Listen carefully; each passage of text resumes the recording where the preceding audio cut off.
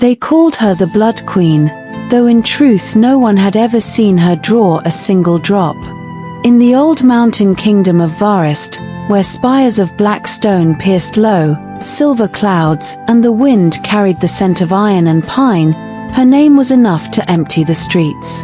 Doors shut, shutters sealed, candles snuffed out at the whisper of her approach. Travelers spoke of her as others spoke of winter, inevitable, implacable, distant. She was the queen who never aged, whose dark eyes never softened, whose voice could freeze a man in place. They told each other that she ruled with a gaze, that to meet her eyes was to lose your will. Few had ever seen her clearly enough to know whether such stories were true. Yet fear has a way of thriving on distance, and so the legend of the queen grew taller and darker with each year that passed. In the great hall of her castle, under chandeliers thick with wax and tiny tongues of flame, she moved like a slow shadow wrapped in crimson and gold. Jewels burned at her throat and wrists, woven into lace as fine as spider's breath. Her crown, set with garnets the color of new spilled wine, caught the light and sent it scattering like sparks. Her hair was dark, her skin pale, and there was always the sense that she stood just a little outside the world of those who knelt before her. Her name, given at birth and spoken only by the oldest servants, was Queen Elara. Elara lived surrounded by sound, bootsteps on stone, armor clinking, banners shifting in unseen drafts, but she carried a silence inside her that nothing touched. It had begun the night she took the throne, when an old war ended not with victory but with exhaustion. In those days, the people had demanded a ruler who would never again allow invaders to burn their fields or steal their children. To protect them, Elara had accepted a binding, an ancient vow whispered in the depths beneath the castle, where roots of the mountain coiled like sleeping dragons. The vow asked her for two things, her softness and her name. "You will be the wall," the old seer said, her eyes blind yet fixed on Elara's. "Walls do not cry. They do not stagger under grief. They do not bend for pleas. Give me the part of you that trembles, and your name that others might call upon you, and in return you will not fall. The kingdom will stand as long as you do." Elara had looked at the faces of her people, at their hollow cheeks and afraid eyes, and she had said yes. From that night forward, she wore her fear like armor, and the people gradually forgot there had ever been anything else to her. They forgot the girl who had once laughed at the wind and wept for strangers. They remembered only the queen whose calm never broke, whose decree never wavered, whose voice never lifted in joy or dipped in despair. Her true name, taken into the old stone, became a quiet ache at the core of the mountain. She ruled under her title alone, the queen. Years became decades, then more. She did not grow older, and the people stopped questioning it. Instead, they refined their stories. Some said she was a sorceress who drank the years of others. Some said she had bargained with the shadows. Some said she was not a woman at all, but the living spirit of the mountain, carved into flesh and bound in velvet. In truth, she simply remained what the vow had made of her, a woman who had traded the small, trembling pieces of herself for the strength to hold an entire kingdom in her steady hands. On a spring evening, when the snow still clung in cautious patches to the cliffs but the rivers had begun to move with new urgency, a stranger arrived at the gates. He did not come with trumpets or banners, but on a plain black horse, with a travel-stained cloak fastened at his throat by a single dull stone. He had long, silver hair braided back from a face that was neither young nor old, and he carried himself with the quiet assurance of one who knows he cannot be turned away from where he is meant to go. The guards lowered their lances and told him what they told everyone who approached the castle doors. "The queen sees no one without cause. State your business and be brief." The man inclined his head. His eyes, a soft grey like river fog, flicked up toward the looming towers before returning to the guard. "I have come," he said, "because once, long ago, I spoke a name in this place. I wish to see what became of it." The guards were used to bravado. They were used to pleas, demands, and lies. This answer felt like none of those things. It was as if the man had set a small riddle between them and waited, patiently, for them to decide whether they wished to solve it. At last, unsettled but curious, they sent word through braided corridors and torchlit passages, to the captain of the guard, to the chamberlain, and finally to the queen herself. She was in the high gallery, looking down at the hall where candles veiled everything in gentle light. When the chamberlain bowed and repeated the stranger's words, something almost too faint to notice stirred behind her composed face. "His name?" she asked. "He gave none, Your Majesty. He says only that he spoke a name here, a long time ago." The queen's fingers tightened slightly against the curve of the stone balustrade. "Bring him," she said. The stranger was led into the throne hall, where shadows pooled in the carved corners and the banners, red and black, embroidered with the mountain's crest, fell heavy and still. The queen sat on her throne, all fire and darkness around her, her expression calm as polished marble. He stopped at the prescribed distance and bowed. "Your Majesty."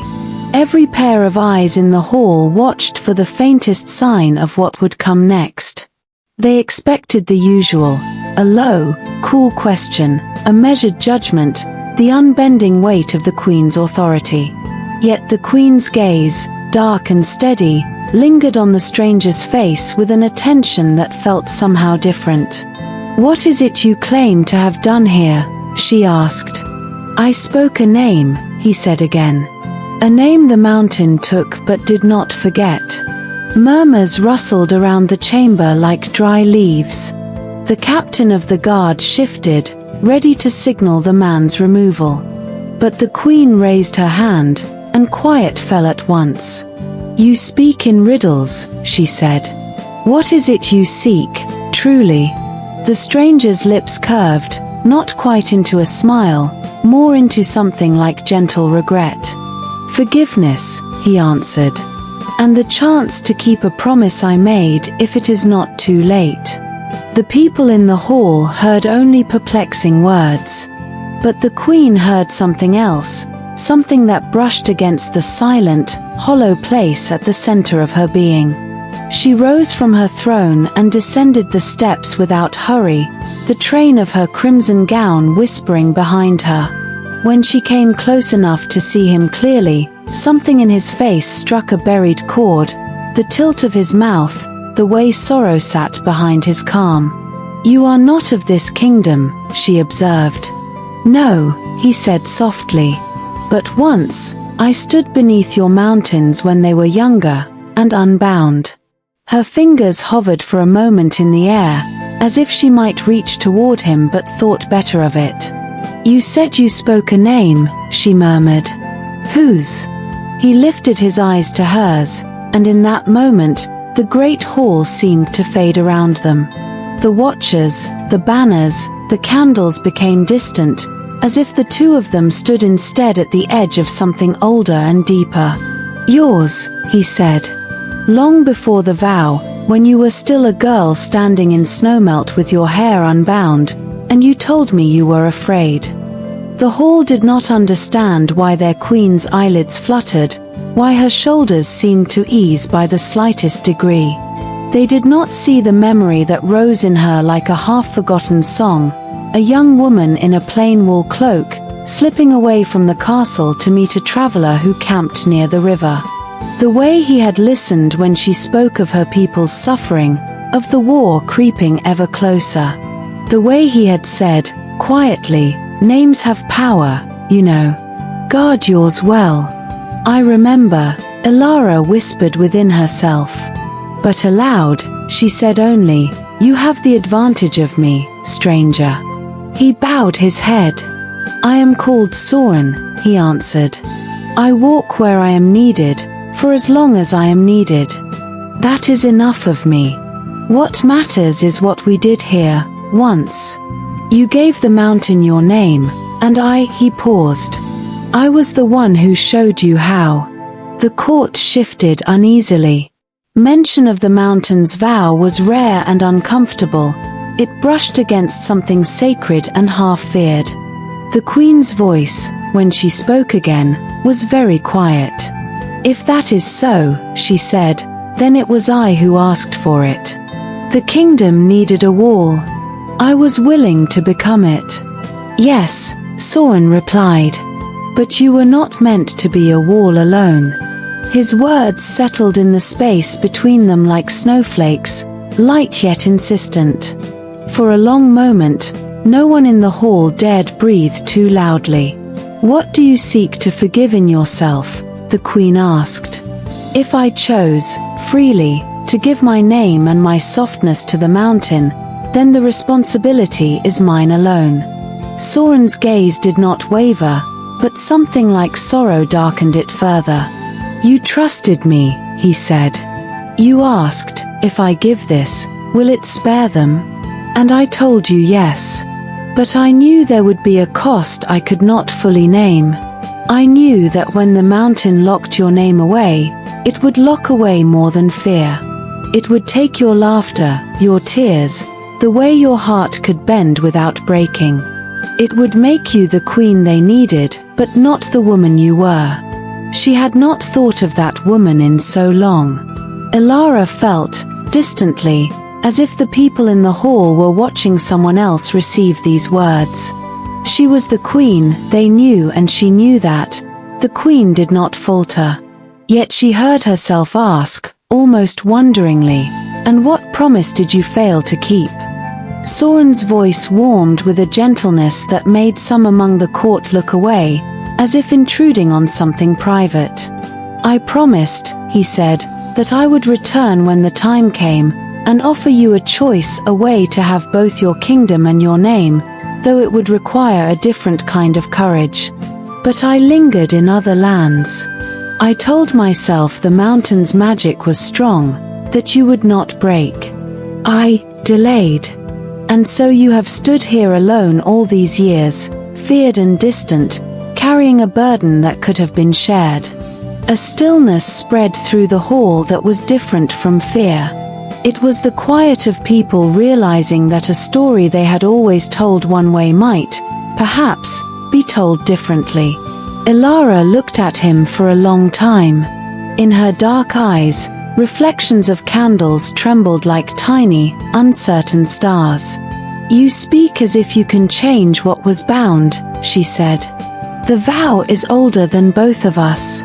It is carved into the mountain itself. Its strength has kept this kingdom safe through every storm since. Without it, we might have fallen to invaders, to famine, to despair. Everything I have done, all that I have been, it has not been in vain." "No," Soren said quietly. "It has not. Your kingdom stands because of you. But the vow does not demand that you remain hollow. It demands only that you remain steadfast. There is a difference between stone that is cold and stone that is strong." "What are you offering me?" she asked. "A chance to be known again," he said. "Fully. Not just as queen, but as the person whose name the mountain holds. And a chance for your people to love you instead of only fearing you. It is dangerous in a quieter way than battle. To be seen always is. But it is a danger that leads to life, not merely survival." In the shadows near the pillars, a whisper ran through the gathered nobles. They had never thought their queen might wish to be loved. She was a fact, like the mountain, like winter, necessary, indifferent, immovable. Elara's gaze drifted beyond Soren, over the faces turned up toward her, faces lined by years of stories told in taverns and kitchens, in barracks and nursery rooms, all of them painting her as a terror to be obeyed rather than a heart to be trusted.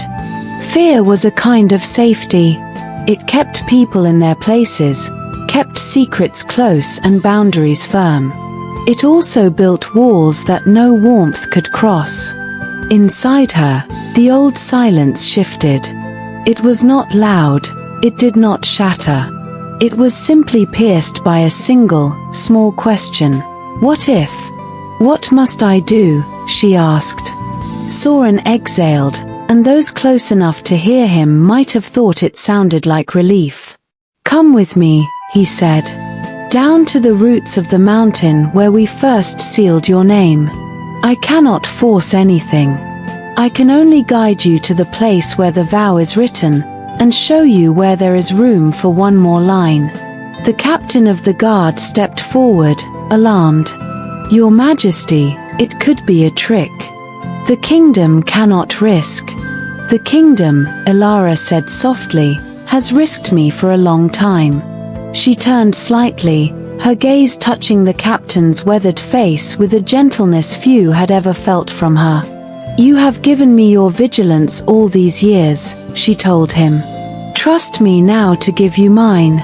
The captain fell silent, then bowed, his eyes more uncertain than she had ever seen them. The court watched as the queen descended fully from the dais and walked past the stranger, toward the great doors at the rear of the hall. Soren fell into step beside her, neither ahead nor behind, as if they were two travelers on the same, narrow road. No one stopped them as they left the hall and moved into the quieter heart of the castle, where fewer candles burned and the ceilings fell lower. They followed passageways seldom used, past storerooms filled with old banners, past narrow windows that looked out on bare stone cliffs. At last, they came to a stair that led down, and down again, into the mountain's cool belly. Torches here burned with a slower, more patient flame. The air grew colder, but not unfriendly. It smelled of stone and stillness. Do you remember this place? Soren asked as they descended. Not in words, Elara replied. But in my bones, yes. It feels familiar, as if I have been carrying its weight inside me. They reached a cavern whose roof soared high above them, unseen but felt, like a held breath. In the center rose a pillar of smooth, dark rock, shot through with threads of faintly glowing quartz. The light from the crystals pulsed gently, like a slow heartbeat. Soren bowed his head to the pillar. Old one, he murmured. We return. The glow brightened, then steadied. Elara stood before the stone, and as she did, she felt something tug at the quiet place inside her. It was as if an echo nearby were answering one within. Place your hand there, Soren said, indicating a shallow depression in the rock. This is where you laid your name before. It has rested here ever since. Elara hesitated. The silence inside her had become a kind of companion over the years, a familiar emptiness. To reach toward what it once concealed was to admit there was something she had been missing.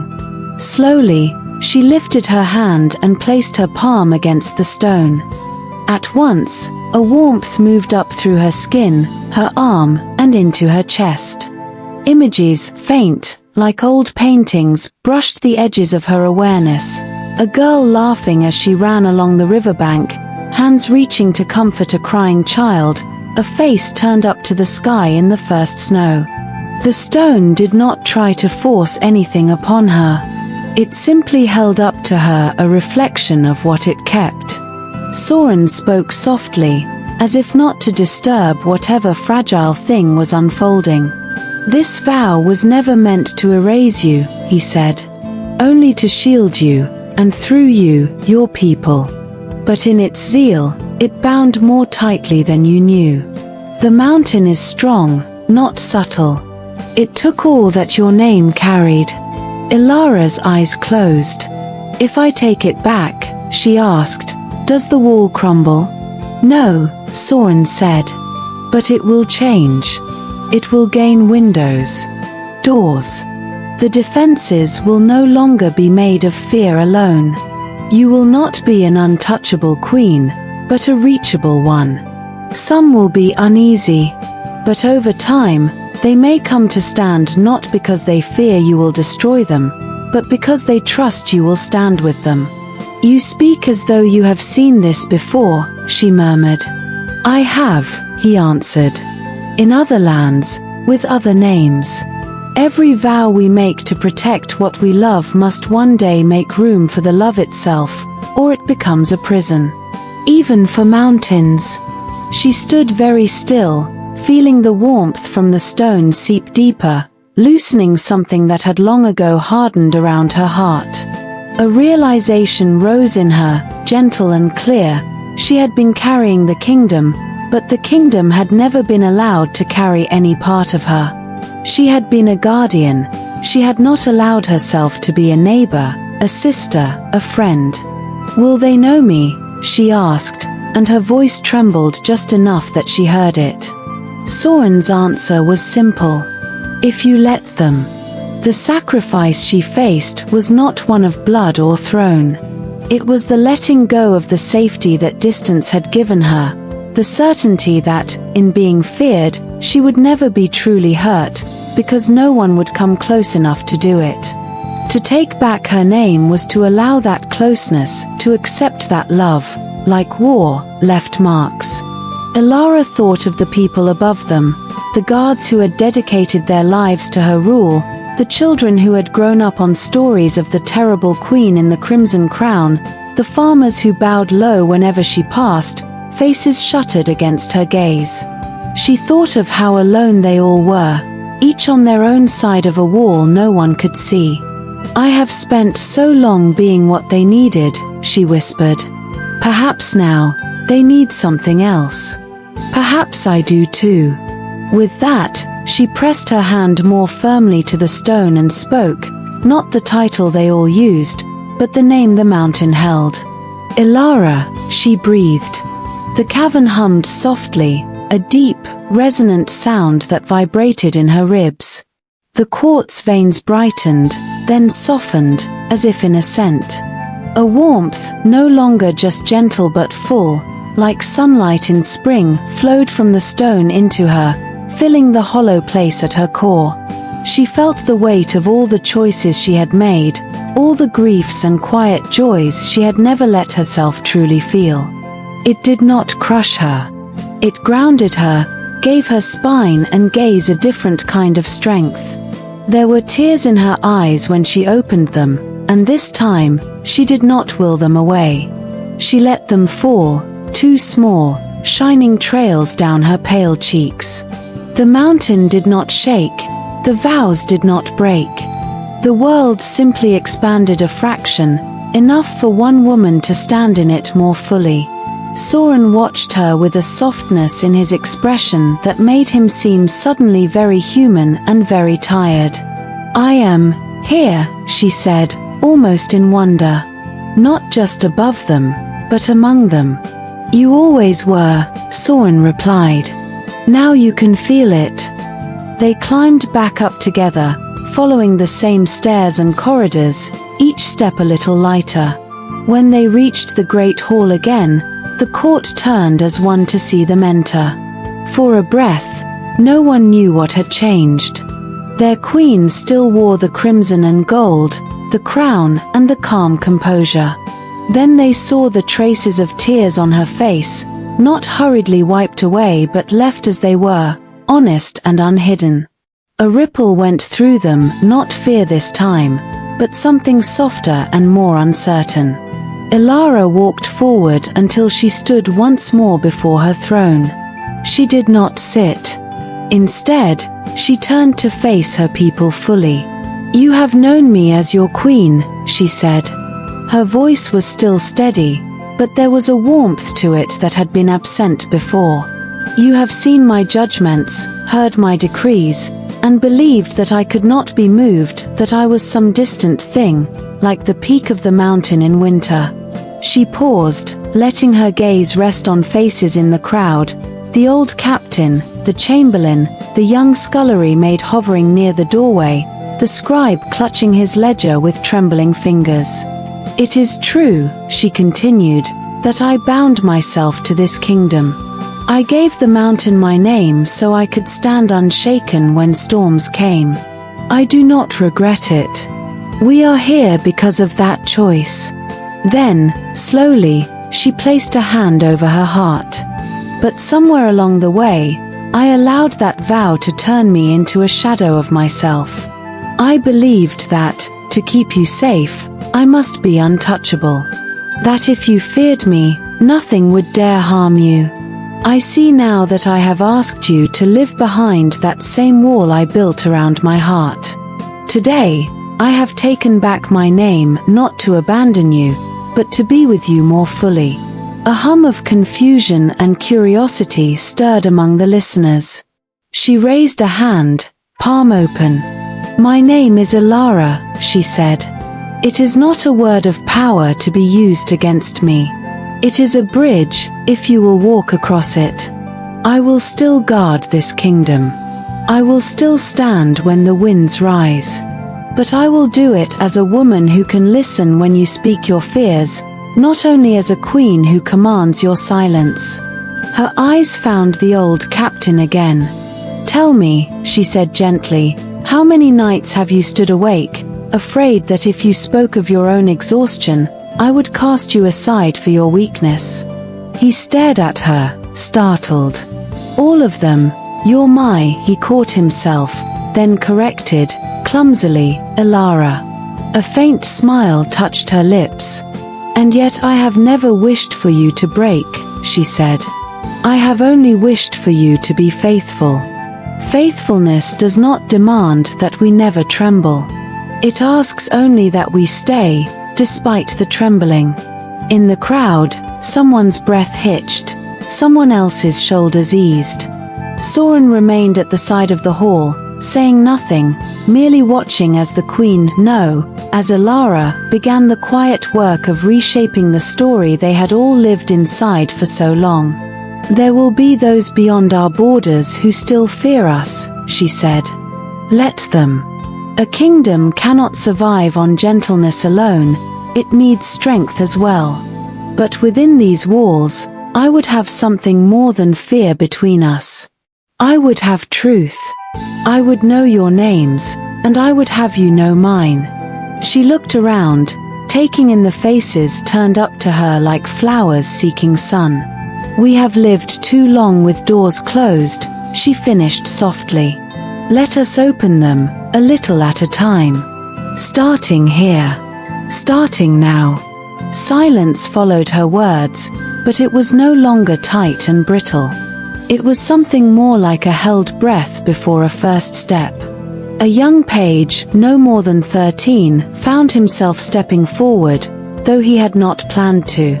His heart hammered, but he bowed, as he had been taught, and when he straightened, he saw not a distant legend but a woman watching him with careful kindness.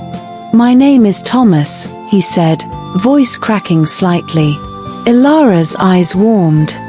"Thomas," she repeated, as if tasting the shape of the syllables. "I am glad to know it." Something loosened in the hall, a thread drawn gently from a tightly wound knot. Another person spoke, then another, offering their names, small gifts laid at the feet of the woman who had just laid her own at theirs. Elara did not rush them. She stood, listening, storing each name like a light in a long dark room. Later, when the hall had emptied and the candles burned low, Soren approached her where she sat at last upon her throne, not in cold majesty but in quiet reflection. "They will take time," he said. "So will you." "I know," she answered. "Walls do not sprout windows overnight." She looked up at him, something like gratitude deepening her gaze. "Thank you," she added, "for returning. For keeping your promise, even if later than you hoped." Soren inclined his head. "Forgiveness," he said, "is a kind of vow as well. one that frees both who offers it and who receives it. You have given it to me more generously than I had any right to ask." She smiled, small and genuine.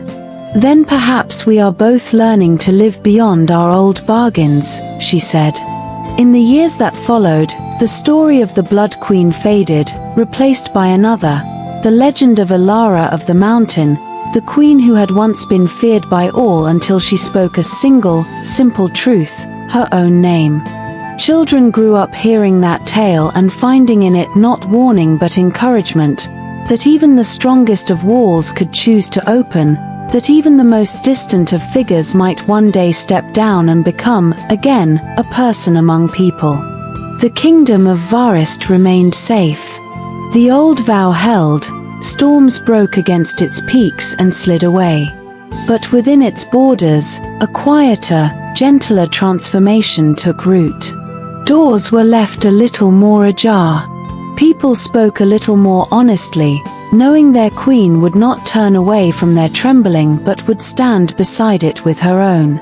And in the high hall, under chandeliers dripping with light, Alara ruled not as an untouchable legend, but as a woman whose name was no longer locked in stone, but carried carefully, lovingly in every heart that dared to speak it.